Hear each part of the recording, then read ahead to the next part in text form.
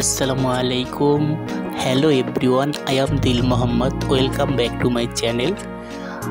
আজকে আমি আপনাদের দেখাবো কিভাবে গলদা চিংড়ি বাসায় বসে হোটেলের স্বাদে রান্না করে ফ্যামিলির সাথে সবাই একসাথে শেয়ার করে মজাদারভাবে খেতে পারে, যাকে এক কথায় বলে চিংড়ি মাছের মালাইকারি।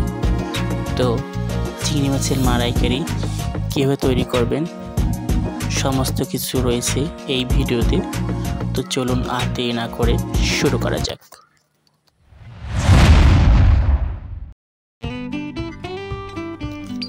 চিংড়ি মাছের মালাইকারি তৈরি করার জন্য চিংড়ি মাছগুলোকে ভালো করে ধুয়ে পানি ঝরানো যত রেখে দিতে হবে, এবং এখানে কড়াইয়ে তেল দিয়ে এর ভিতরে চিংড়ি মাছে আসলে কোনো মশলা ব্যবহার করা যায় না, তো সেক্ষেত্রে জাস্ট একটু রসুন, পেঁয়াজ, কাঁচামরিচ ভালোভাবে এখানে দিতে হবে। দেওয়ার পরে পেস্টটা যখন একটু লাল লাল আকার ধারণ করবে, এরপরে দিতে হবে এখানে একটু রসুন বাটা এবং কাঁচামরিচ বাটা দেওয়া যেতে পারে। তো এটা যখন মোটামুটি কষানো হয়ে যাবে, সাথে লবণ দিতে পারেন। লবণ অবশ্য পরিমাণ মতোভাবে দিতে হবে। ও লবণটা দিলে পেঁয়াজের পিঠা ভালোভাবে গলে যায়, তাড়াতাড়ি সেদ্ধ হয়। তো পেস্টটা মোটামুটি ভাজা হয়ে গেলে এরপরে দিতে হবে হলুদের গুঁড়ো, মরিচের গুঁড়ো এবং সাথে অল্প পরিমাণ ধনিয়ার গুঁড়ো। তবে কোনোভাবেই গরম মশলা বা জিরার গুঁড়ো এখানে দেওয়া যাবে না, তাহলে চিংড়ি মাছের স্বাদটা নষ্ট হয়ে যাবে। তো এই পর্যায়ে কিছু পরিমাণ ধনিয়ার গুঁড়ো দিয়ে দেওয়া হলো এবং মরিচের গুঁড়ো দেওয়া হলো। চিংড়ি মাছে মরিচের পরিমাণ একটু বেশি দিবেন, ঝাল ঝাল হলে বেশি খেতে ভালো লাগে।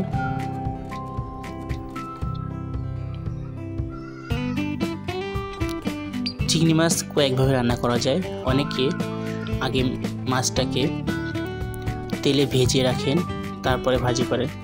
তবে যদি কাঁচা মাছ হয় তো সেক্ষেত্রে তাজা মাছটা আপনি ধুয়ে রাখার পরে পানি ঝরিয়ে সেটাকে এভাবে কষিয়ে রান্না করলে বেশি স্বাদ হয়।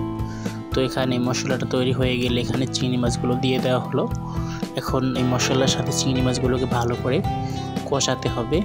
অনেকক্ষণ কষানোর পরে যখন সুন্দর গ্রান বের হবে এবং মাছগুলো লাল হয়ে যাবে, ততক্ষণ পর্যন্ত এরকম ভালোভাবে কষাতে হবে।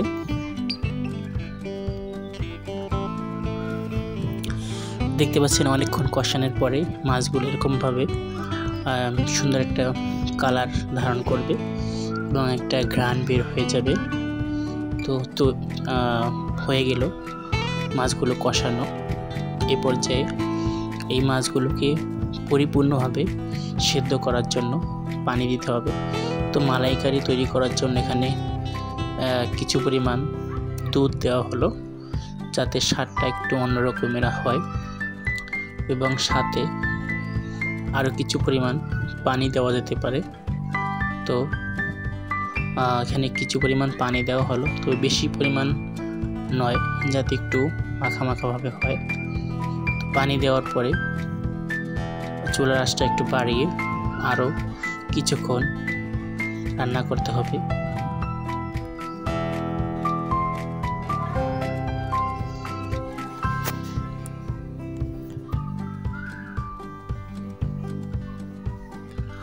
মোটামুটি 20 থেকে 25 মিনিট পর রান্না করার পর এরকম দেখা যাবে যে ঝোলটা খুব কমে আসবে, এবং ঝোলটা যখন কম আসবে তখন পরিপূর্ণভাবে রান্নাটা হয়ে যাবে। মাঝখানে একটু চিংড়িগুলো উলট পালট করে দিলে চিংড়ি মাছ ভালোভাবে সেদ্ধ হবে।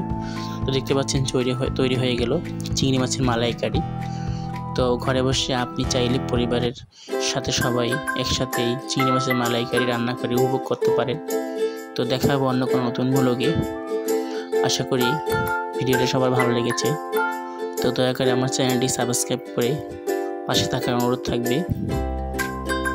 আজকের মতো এই কামনায় বিদায় নিচ্ছি। আল্লাহ তাআলা আমাদের সবাইকে ভালো রাখুক, সুস্থ রাখুক। আল্লাহ হাফেজ। হাফেজ।